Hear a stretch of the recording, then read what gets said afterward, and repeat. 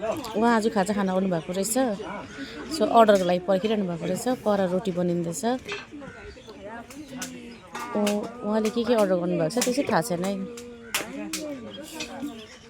उहाँको अर्डर त बेसी छैन होला हौ। भुँडी सानो होला उहाँको। भुँडी सानो भएर टेबलको टिप्दै खानुहुँदैछ।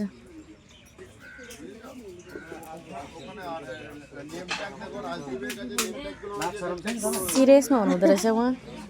अर्डर आएन भनेर पुरा रिसाइरहनु भएको रहेछ। उहाँको अर्डर ढिलो भयो अरे। सो यत्तारो उता फतफतिनु हुँदैछ। के गर्नुहुन्छ अझै हातहरू भए त कति हिकाइसक्नु हुन्थ्यो होला अस्ति नै।